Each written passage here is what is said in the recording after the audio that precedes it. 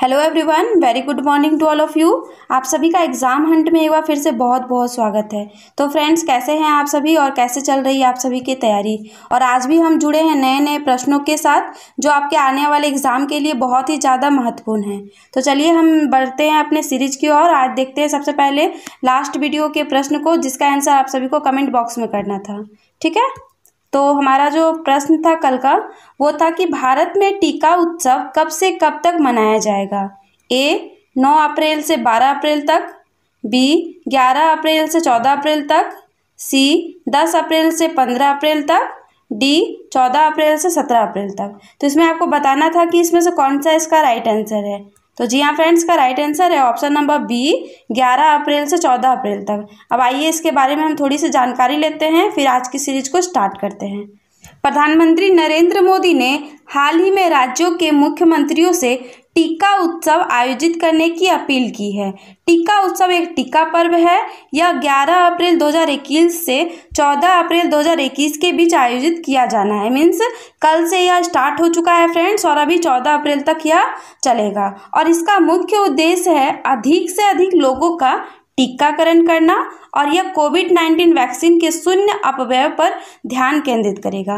वर्तमान में 3 राज्य अधिकतम कोविड-19 खुराक प्राप्त कर चुके हैं। उनमें से वो 3 राज्य हैं, एक महाराष्ट्र, दूसरा राजस्थान और तीसरा गुजरात। ठीक है, कोवैक्सीन और कोविशील्ड 2 प्रमुख कोविड-19 टीके हैं जो वर्तमान में भारत में प्रशासित हैं। अब तक भारत ने कैरिबियाई, अफ्रीका, एशिया के 84 देशों में टीकों की 64 मिलियन खुराकें भेज दी हैं। मीन्स इन देशों को भारत ने क्या किया, और 84 देशों को तो 64 मिलियन खुराकें भेज दी है। भारतीय कोविड-19 टीकों के प्रमुख प्राप्तकर्ता देश मैक्सिको, कनाडा और ब्राज़ील है। भारत सरकार ने अपने टीकाकरण कार्यक्रम के तहत जुलाई 2021 तक 250 मिलियन लोगों को उच्च प्राथमिकता श्रेणी में शामिल करने की योजना बनाई है। ये तो था फ्रेंड्स कल के प्रश्न का जो महत्वपूर्ण सार था, ये था। अब हम आज की सीरीज को स्टार्ट करते हैं और देखते हैं कि आज हमारे सीरीज में कौन कौन से महत्वपूर्ण प्रश्न हैं।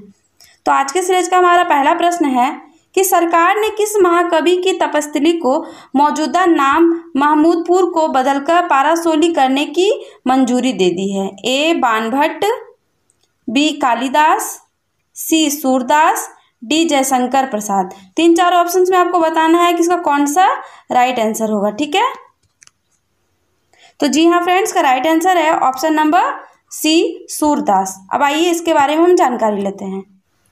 उत्तर प्रदेश में मथुरा के गोवर्धन तहसील के निकट स्थित महमूदपुर गांव का नाम अब आधिकारिक तौर पर बदलकर पारासोली कर दिया गया है। यह गांव महाकवि सूरदास की कर्मस्थली के रूप में विख्यात है, और सूरदास ब्रज रासस्थली विकास समिति पारासोली मथुरा पिछले 4 दशक से गांव का नाम बदलने की मांग कर रही थी। और यहाँ की जो भाषा है तो कौन सी भाषा है, ब्रज भाषा है, ब्रज भाषा है। ठीक है, तो सूरदास को किन उपाधि से नवाजा गया था, तो महाकवि की उपाधि से। और इनकी मृत्यु कहाँ हुई, तो इनकी मृत्यु पारासोली में हुई। और इनकी प्रमुख रचनाएं कौन कौन सी है, तो इनकी प्रमुख रचनाएं हैं सुरसागर, सुरसरावली, साहित्य लहरी, नल दमयंती, ब्याहलो आदि इनकी प्रमुख रचनाएं हैं। और सूरदास जी की वात्सल्य रस के सम्राट माने जाते हैं। इनको किस रस का सम्राट माना जाता है, तो वात्सल्य रस का। ठीक है, अब बढ़ते हैं हम नेक्स्ट क्वेश्चन की ओर। उससे पहले हम देखते हैं, ये पिक सूरदास जी की है। अब हम बढ़ते हैं नेक्स्ट क्वेश्चन की ओर। तो हमारा आज का नेक्स्ट क्वेश्चन है कि WEF द्वारा आयोजित ग्लोबल जेंडर गैप इंडेक्स 2021 में कौन सा देश टॉप पर रहा। A Norway, B Belarus, C Japan, D Iceland. 3-4 options में आपको बताना है कि इसका कौन सा राइट आंसर होगा। जी हाँ फ्रेंड्स, इसका राइट आंसर है ऑप्शन नंबर डी आइसलैंड। अब इसके बारे में हम जानकारी लेते हैं। तो वर्ल्ड इकोनॉमिक फोरम द्वारा ग्लोबल जेंडर गैप रिपोर्ट 2021 में 156 देशों में से भारत 140वें स्थान पर 28 स्थान खिसक गया है, और 2020 में भारत 153 देशों में से 112वें स्थान पर था। आइसलैंड ने 12वीं बार दुनिया में सबसे अधिक लिंग समान देश के रूप में सूचकांक में शीर्ष स्थान हासिल किया था। ठीक है, कौन सा देश सूचकांक में शीर्ष स्थान को हासिल किया था, तो आइसलैंड। ठीक है, अब हम देखते हैं आइसलैंड के बारे में। तो फ्रेंड्स, ये आइसलैंड की मैप है। इसके थ्रू आप जान सकेंगे कि आइसलैंड कहाँ है। अब हम बढ़ते हैं नेक्स्ट क्वेश्चन की ओर। तुम्हारा नेक्स्ट क्वेश्चन है कि 10 अप्रैल को प्रधानमंत्री कार्यालय के राज्य मंत्री डॉक्टर जितेंद्र सिंह ने जम्मू के बसंतपुर कठुआ में किस परियोजना के शेष हिस्से का निर्माण कार्य की आधारशिला रखी? ऑप्शन नंबर ए बगलीहार बांध परियोजना, ऑप्शन नंबर बी सहारपुर कंडी बांध परियोजना, ऑप्शन नंबर सी किशनगंज बांध परियोजना, ऑप्शन नंबर डी सलाल बांध परियोजना। 3-4 ऑप्शंस में आपको बताना है कि इसका कौन सा राइट आंसर है। तो जी हाँ फ्रेंड्स, का राइट आंसर है ऑप्शन नंबर बी शाहपुर कंडी बांध परियोजना। ठीक है, अब बढ़ते हैं इसके एक्सप्लेनेशन को और तो देखते हैं हम यहाँ कि 10 अप्रैल को प्रधानमंत्री कार्यालय के राज्य मंत्री डॉक्टर जितेंद्र सिंह ने जम्मू के बसंतपुर कठुआ में शाहपुर कंडी बांध परियोजना के शेष हिस्से का निर्माण कार्य की आधारशिला रखी है। सिंधु जल संधि के अस्तित्व में आने के बाद परियोजना का उद्घाटन 60 साल के अंतराल के बाद किया गया है। और परियोजना का उद्देश्य क्या है? तो परियोजना का उद्देश्य है कि भारतीय क्षेत्र में रावी नदी के पूर्ण जल का उपयोग करना हो। अब हम देखेंगे कि प्रधानमंत्री कार्यालय के जो राज्य मंत्री हैं डॉक्टर जितेंद्र सिंह, वो कौन है। तो फ्रेंड्स आप यहाँ पे देख सकते हैं, यहाँ पे पिक लगी हुई है, यही है प्रधानमंत्री कार्यालय के राज्य मंत्री डॉक्टर जितेंद्र सिंह और ये है शाहपुर कंडी बांध परियोजना। ठीक है, अब बढ़ते हैं नेक्स्ट क्वेश्चन की ओर। तो हमारा नेक्स्ट क्वेश्चन है कि खेलो इंडिया सेंटर ऑफ एक्सीलेंस का शुभारंभ कब किया गया? ए 5 अप्रैल, बी 1 अप्रैल, सी 3 अप्रैल, डी 10 अप्रैल।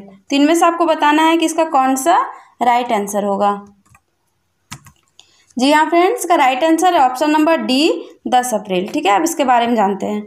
तो खेलो इंडिया सेंटर ऑफ एक्सीलेंस का शुभारंभ केंद्रीय खेल और युवा मामलों के मंत्री किरेन रिजिजू ने 10 अप्रैल 2021 को श्रीनगर में जम्मू और Kashmir sports council water sports academy में रोइंग विषय के लिए खेलो India Khelo centre of excellence का उद्घाटन किया। वर्तमान में यह रोइंग के खेल विषय पर ध्यान केंद्रित करता रहेगा और इसमें पहली बार 145.16 लाख रुपए का अनुदान और 96.17 लाख रुपए का वार्षिक आवर्ती अनुदान प्रदान किया गया है। ठीक है, अब यहाँ आप देख सकते हैं कि इनका नाम किरेन रिजिजू हैं और यही कौन है? तो ये खेलो इंडिया सेंटर ऑफ एक्सीलेंस का शुभारंभ करने वाले केंद्रीय खेल और युवा मामलों के मंत्री किरेन रिजिजू हैं। तब बढ़ते हैं नेक्स्ट क्वेश्चन की ओर।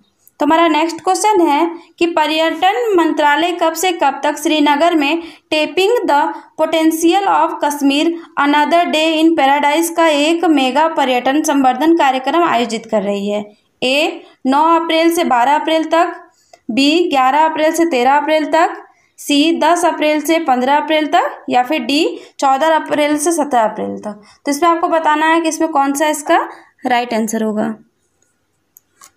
तो जी हाँ फ्रेंड्स, का राइट आंसर है ऑप्शन नंबर बी 11 अप्रैल से 13 अप्रैल तक। ठीक है, जो वर्तमान समय में चल रहा है।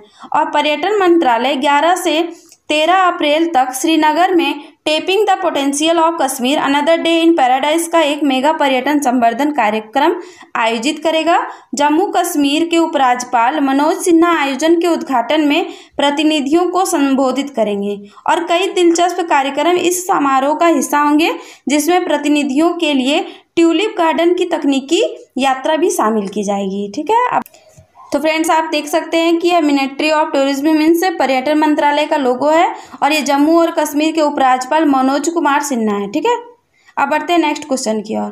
तो हमारा नेक्स्ट क्वेश्चन है कि हाल ही में महेश जोशी जी का निधन हो गया, वो किस राज्य के पूर्व मंत्री रह चुके हैं? ए मध्य प्रदेश, बी उत्तर प्रदेश, सी हिमाचल प्रदेश, डी आंध्र प्रदेश। इन 4 ऑप्शंस में आपको बताना है कि कौन सा इसका राइट आंसर है। जी हाँ फ्रेंड, बिल्कुल सही, इसका राइट आंसर है option number A Madhya Pradesh. अब इसके बारे में देखते हैं। वरिष्ठ कांग्रेस नेता और मध्य प्रदेश के पूर्व मंत्री महेश जोशी का अप्रैल 2021 में निधन हो गया। 3 बार के विधायक पहली बार 1967 में इंदौर एक निर्वाचन क्षेत्र से राज्य विधानसभा के लिए चुने गए थे और बाद में उन्हें इंदौर 3 विधानसभा क्षेत्र से 2 बार चुना गया और वर्ष 1985 में राज्य मंत्री बने थे। तो फ्रेंड्स इन्हीं का निधन हो गया। आप इन्हें देख सकते हैं कि ये मध्य प्रदेश के पूर्व मंत्री महेश जोशी जी हैं। ठीक है, अब बढ़ते हैं हम आज के नेक्स्ट क्वेश्चन की ओर, और ये आज का अंतिम प्रश्न है। तो इसमें है कि हाल ही में भारत और किस देश ने आतंकवाद से निपटने के लिए वैश्विक सहयोग मजबूत करने की अपील की है? ए पाकिस्तान, बी मालदीव, सी बांग्लादेश, डी इनमें से कोई नहीं। 3-4 ऑप्शंस में बताना है आपको किसमें से कौन सा इसका राइट आंसर होगा। तो जी हाँ फ्रेंड्स, का राइट आंसर है ऑप्शन नंबर बी मालदीव। ठीक है, अब इसके बारे में पढ़ते हैं। भारत और मालदीव ने 8 अप्रैल 2021 को सीमा पार आतंकवाद समेत दहशतगर्दी के सभी स्वरूपों की पुरजोर निंदा की और सतत तरीके से इस समस्या से निपटने के लिए अंतर्राष्ट्रीय सहयोग को मजबूत करने की जरूरत बताई। दोनों देशों ने इस बात की आवश्यकता बताई कि सभी देश तत्काल सतत सत्यापन योग्य कार्रवाई करें ताकि उन्हें नियंत्रण वाले किसी क्षेत्र का इस्तेमाल दूसरे पर आतंकवादी हमलों के लिए इस्तेमाल नहीं किया जाएगा। ठीक है, अब इसके मैप को देखते हैं। तो ये हमारा भारत है फ्रेंड्स, आप देख सकते हैं कि ये भारत है और ये मालदीव। ठीक है, अब बढ़ते हैं आज के प्रश्न की ओर, और इस प्रश्न का उत्तर आप सभी को कमेंट बॉक्स में कमेंट करके देना है। राजस्थान राज्य हर नागरिक के लिए सार्वभौमिक स्वास्थ्य योजना शुरू करने वाला कौन सा राज्य बना? ए पहला, बी दूसरा, सी तीसरा, डी चौथा। 3-4 ऑप्शंस में आपको बताना है कि कौन सा राइट आंसर है, और इसका आंसर आप सभी को कमेंट बॉक्स में कमेंट करके देना है फ्रेंड्स। तो चलिए, आज की सीरीज आपको कैसी लगी आप इसे बताना बिल्कुल भी ना भूलें। साथ ही साथ अगर आप नए लर्नर्स हैं तो हमारे चैनल को सब्सक्राइब करें, बेल आइकन को प्रेस करें, इससे आपको आगे आने वाली हर वीडियो की नोटिफिकेशन टाइम पर मिल जाएगी। और अगर आप हमारे सोशल मीडिया हैंडल से नहीं जुड़े हैं तो वहाँ से जुड़ने के लिए आप हमारे टेलीग्राम, फेसबुक और इंस्टाग्राम पेज को फॉलो कर सकते हैं, और इनकी लिंक आपको डिस्क्रिप्शन बॉक्स में प्रोवाइड करा दी जाएगी, जिसके थ्रू आप डायरेक्ट इन जगहों से जुड़ सकते हैं। और आपको क्लास की PDF टेलीग्राम पे मिल जाया करेगी। साथ ही साथ आपको फेसबुक, इंस्टाग्राम, टेलीग्राम इन जगहों से भी आपको हैंड रिटन नोट्स भी प्रोवाइड करा दिए जाएंगे। तो फ्रेंड्स, आपको हमारे साथ जुड़े रहने के लिए आपका बहुत बहुत धन्यवाद। Thank you friends, thank you for watching.